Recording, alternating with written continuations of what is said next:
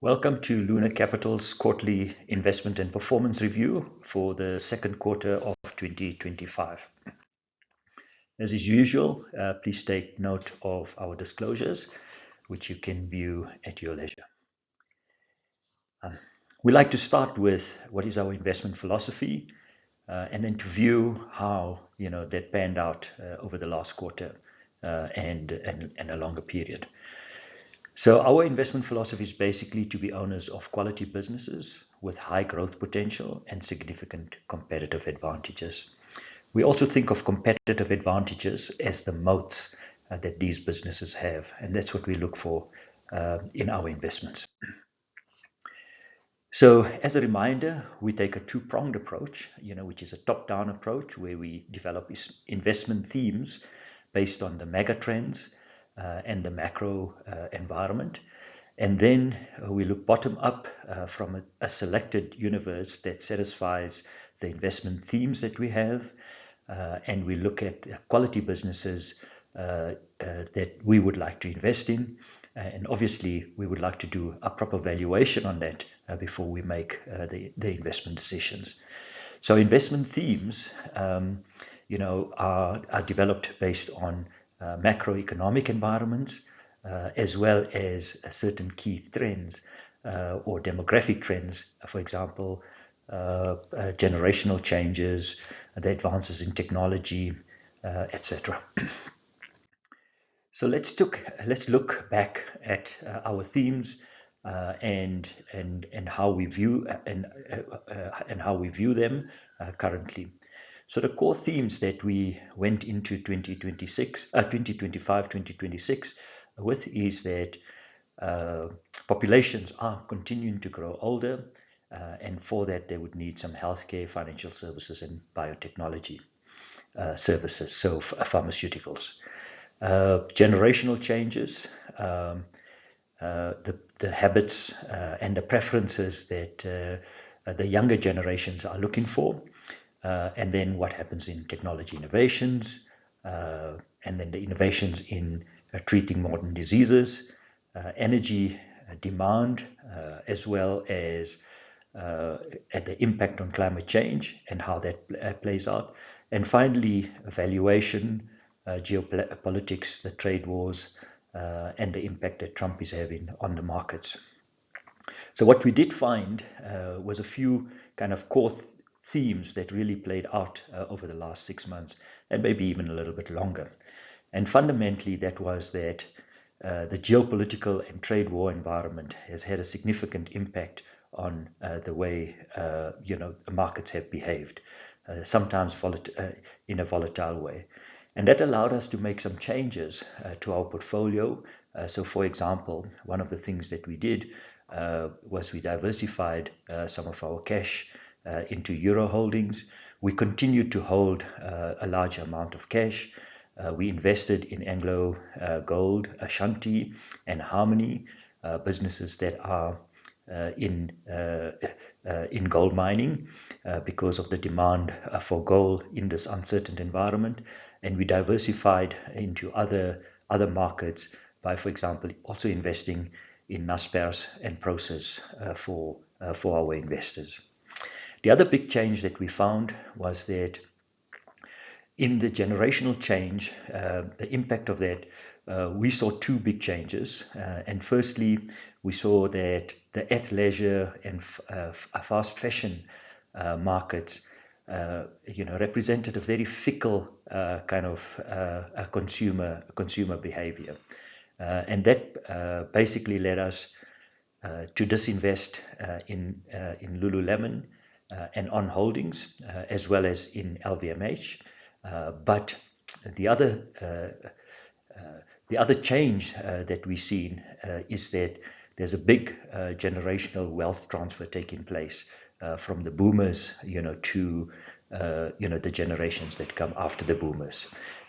So in that case, we basically invested in two businesses, which is Interactive Brokers, and you'll see later on the technology side, we also invested in a company called New, which is a fintech bank.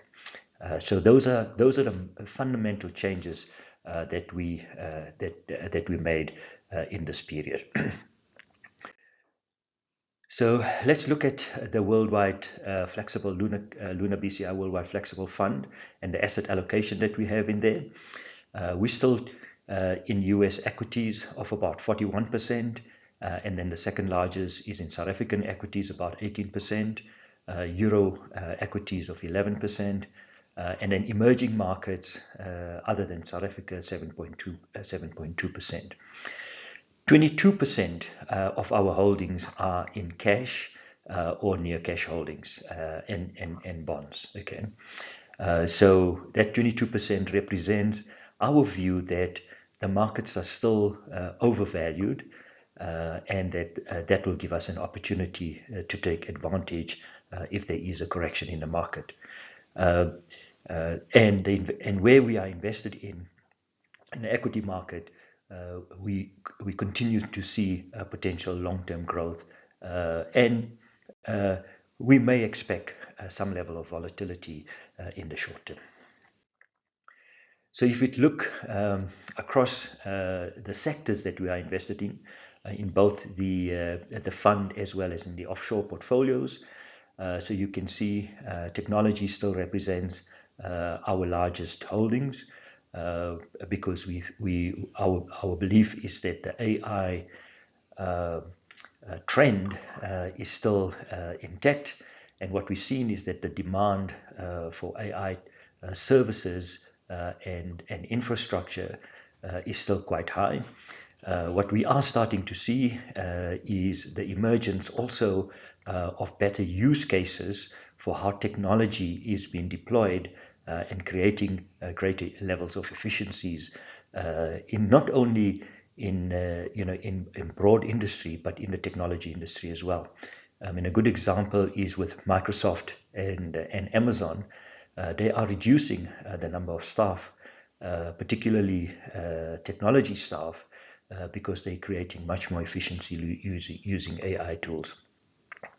Cash is quite a big holding, and then we diversified in retail, a lower stake in biotech, financials, investment management, fixed income, etc.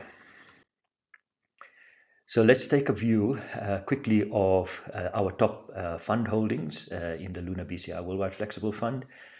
Cash, as you would expect, or short-term treasury, and then JP Morgan and UBS in the banking sector, Berkshire Hathaway, a good defensive share, and also large investors in utilities as well as in the oil and gas sectors.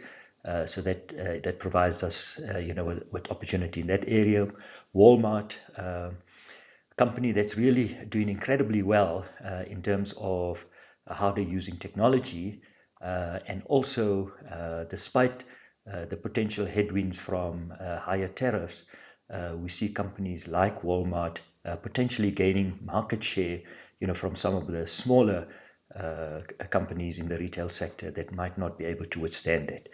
As you can see, technology, Microsoft, Amazon, ASML, and then a recent acquisition, which is Naspers, is in the portfolio as well. So Naspers we bought basically on the back of a turnaround in their non-Tencent part of the business. So in other words, their e-commerce business. We're starting to see good growth, more focus, and happy that we are, in that business. Also gives us a little bit of an diversification outside of the US. So let's look at our performance. So firstly, very, very proud that we've been around for 9 years. We actually started our 10th year in June, and over that period, except for the last year, we've always been in the top 1 or 2 quartiles. So we think it's a great track record. We probably took a more conservative view over the last year, and hence our relative underperformance in the last 1 year period, up to the end of June 2025.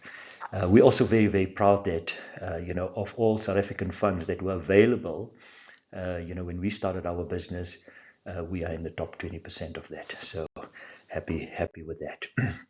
The underperformance is represented in this particular graph. So the JSE almost provided a 21% return over the period. The S&P 500, 13%. The MSCI World Index, almost 12%. The ZAR or Rand strengthened against the US dollar by 2.62%. And we performed at 4.2%. 4.3%. So underperformance based on our view, going into the period last year where we were a bit more conservative. The markets have continued, to be quite high, and in fact have grown from that. South Africa was to a large extent, low, and it's recovered from that. But our focus largely, is to try and provide real returns, and we think we have just beaten inflation over this period. So, what is our outlook? Okay, I really want to just chat quickly about, the 5 things that I want to share with you. We still think markets are high. We think that the risks in the market are quite high. So that's why we still have quite large cash and short dated bond positions, and we're a little bit more diversified there. We think uncertainty prevails, and in uncertainty there are opportunities, and typically we like to see, the best quality names, in that uncertain environment. And even though they might suffer short term, in the longer term, we would be able to obtain some benefit on that. We also look for safe assets, so for example, like gold, and large companies with big and quality balance sheets. So that's where we like to be in. In the AI race, we think that the competition is still very high, which supports to a large extent, the infrastructure providers, like the chip manufacturers, like for example, NVIDIA, and then the lithography companies like ASML, and then the cloud businesses as well. I talked about the productivity boosts, from AI, so we're starting to see that, and I think we're going to see that in many other industries as well. We are cautious of people spending silly money to try and be in the race, and we would look, not to be invested in those companies that are silly about it. We think valuations are still high, and we've chatted a little bit about that. We think that the ETFs, continues to support the big names, but I think, over the next 2 quarters, we'll start getting an indication of, where things are settling down, particularly given some of the uncertainties. An area that we're quite excited about is the fintech space, hence our investments in Meli, in New, and to some extent in Naspers as well. So we think there's really opportunities there, and millennials, today are happy, to be putting their money, with these fintech players like Nubank, Meli, as well as, for example, Interactive Brokers. So that's it, for our presentation today. Just to remind you that we've got the 2 products, which is the Lunar BCI Worldwide Flexible Fund, and then, the direct offshore investments as well. Again, very happy, with our 9-year track record, and we continue, to be invested, in our own products, and we pride ourselves, to provide a personalized service. Thank you.